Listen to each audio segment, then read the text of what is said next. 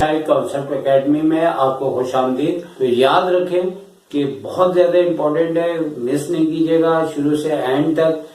आपने हर बात को बहुत अच्छा समझना है ताकि आपके एग्जाम में आपके एमसीक्यूज कवर हो। तो सबसे पहले हम बात कर लेते हैं कि सर्किल से हम इब्तिदा करेंगे, फिर इसके बाद सारे इससे रिलेटेड पॉइंट्स, इनकी रिश्तेदारियां, लाइन का सर्किल के साथ, सर्किल का ट्राइंगल के साथ किस तरह की इनकी रिश्तेदारियां हैं और कौन कौन सी डेफिनेशन इससे रिलेटेड आपके पेपर में आ सकती है। तो सबसे पहले सर्किल का तो इंट्रोडक्शन करवाएं। तो सर्किल की जो एक डेफिनेशन है, चूंकि ये बिल्कुल गोल होता है और एक इसका सेंटर पॉइंट होता है, और किताबों के अंदर जो इसकी डेफिनेशन लिखी गई है वो इस तरीके से लिखी गई है कि सर्किल के बारे में लिखा गया है कि a circle is the set of all points in a plane which are equidistant from a fixed point of the plane।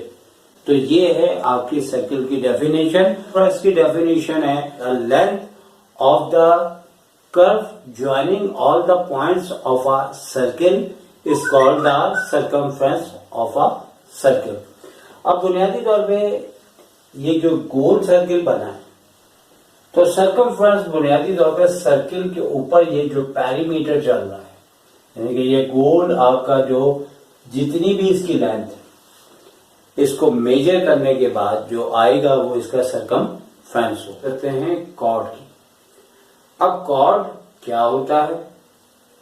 बुनियादी तौर पे अगर हम फिगर से पहले कॉर्ड को हम आपको बताते हैं कि तो कॉर्ड बुनियादी तौर पे जैसे कि हमने यहाँ पे बनाया है, और क्या बनाया हमने कि एक लाइन सर्किल को अंदर की जानिब से 2 पॉइंट से टच करती है, ठीक है, इसको कॉर्ड कहा जाता है।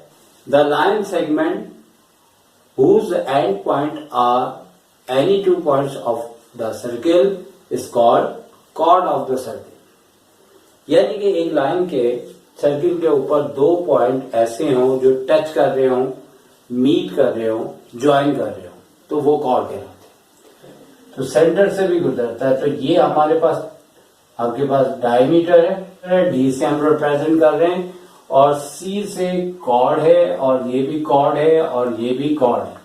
तो लिहाजा डायमीटर की जो डेफिनेशन बनेगी वो आपको हम बता देते हैं कि डायमीटर की डेफिनेशन क्या बनेगी।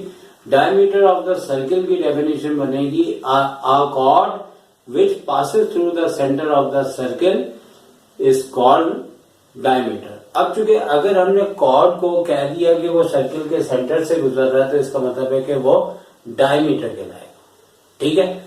अब डायमीटर की बेसिकली 2 डेफिनेशंस बन जाती है। एक तो कॉर्ड के हवाले से बन जाती है कि कॉर्ड है जो सर्किल के सेंटर से गुजर रहा है, तो उसमें ये नहीं कहने की जरूरत कि वो सर्किल के 2 पॉइंट से टच हो रहा है, मीट हो रहा है, ज्वाइन हो रहा है, क्योंकि ऑलरेडी वो जो है कॉर्ड की डेफिनेशन में कवर हो जाता है। लेकिन डायमीटर की एक डेफिनेशन ये भी बनती है कि a line passes through the centre and touch 2 point on the circle is called the diameter. तो दोनों तरीके से ये आ सकती है, जो भी आए आपने इसको याद रखना है। अब सबसे पहले मैं सीकेंड को ड्रॉ करता हूँ, फिर मैं आपको डेफिनेशन बताता हूँ।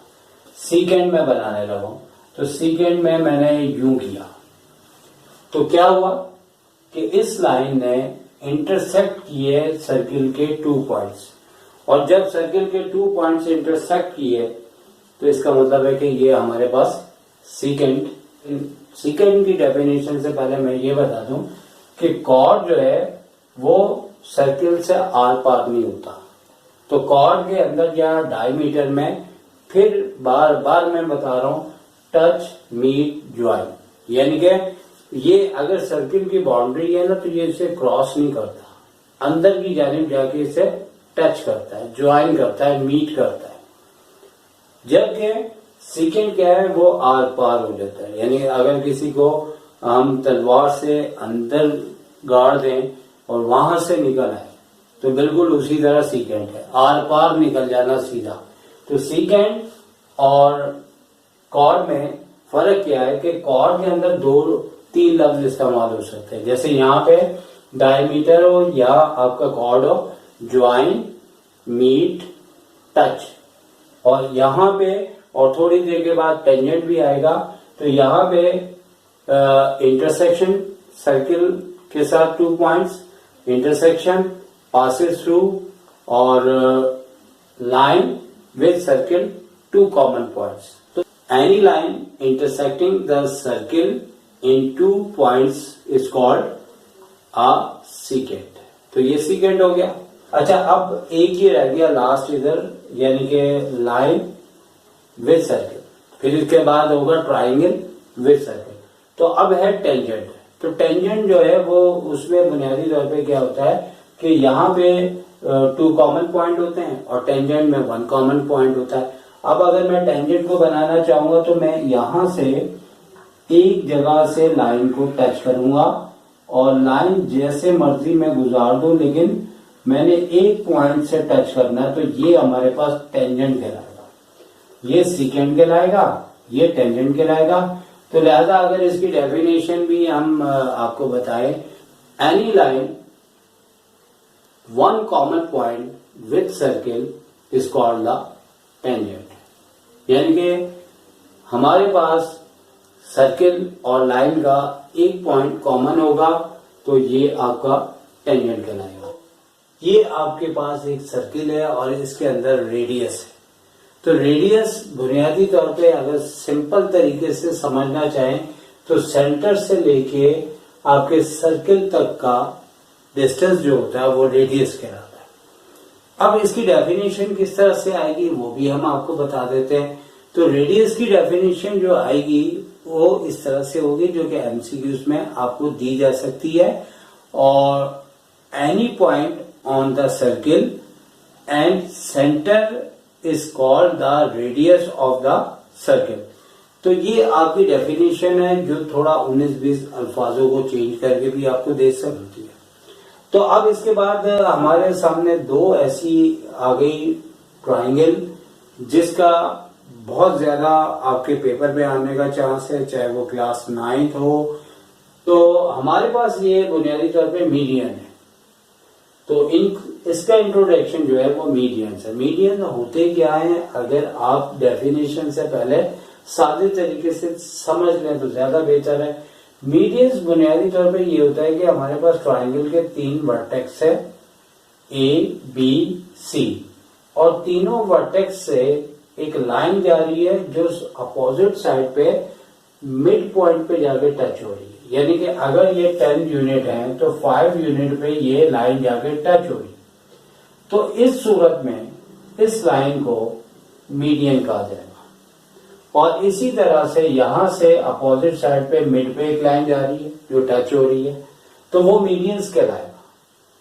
और इसी तरह सी से वर्टेक्स से अपोजिट साइड पे मिड पे जा रही है तो ये भी मीडियंस कहलाएगा।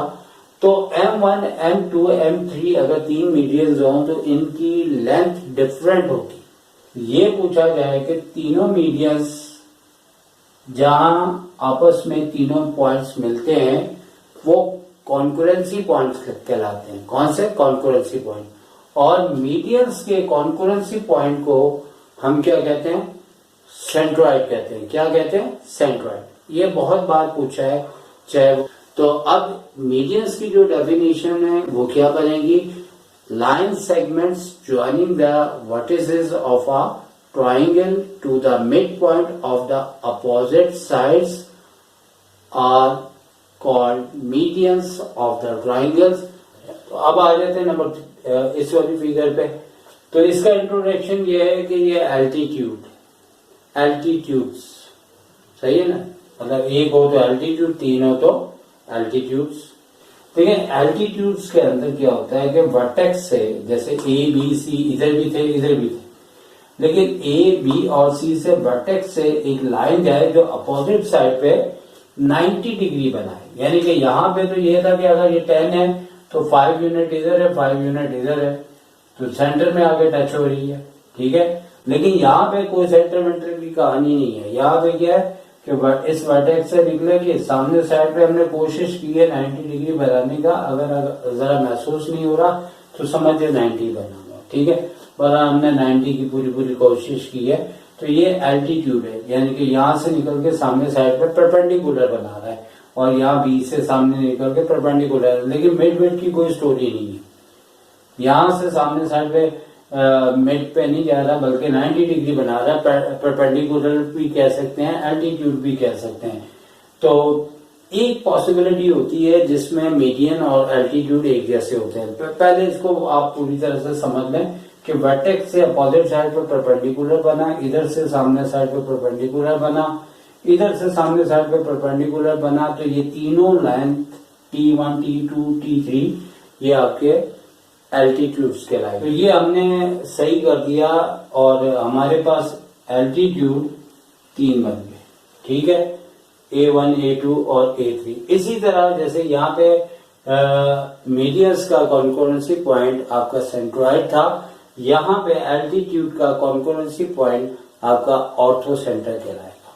और ये बात नोट कीजिएगा, सेंटर भी पूछ सकते हैं और डेफिनेशन पूछेंगे, यहाँ फिर एमसीक्यूज बन के आएगी। तो किस तरह से आएगी, आप perpendicular form the vertex of a triangle to the opposite side is called and altitude of the triangle is called the, क्या हो जाएगा हमारे पास, एल्टीट्यूड। और याद रहे कि एल्टीट्यूड का जो कॉन्करेंसी पॉइंट है वो ऑर्थो सेंटर कहलाता है। तो इस तरीके से हमने तमाम बातें आपके सामने कंप्लीट कर दी। तो सर शायद को इजाजत दीजिए, टेक केयर, अल्लाह हाफिज।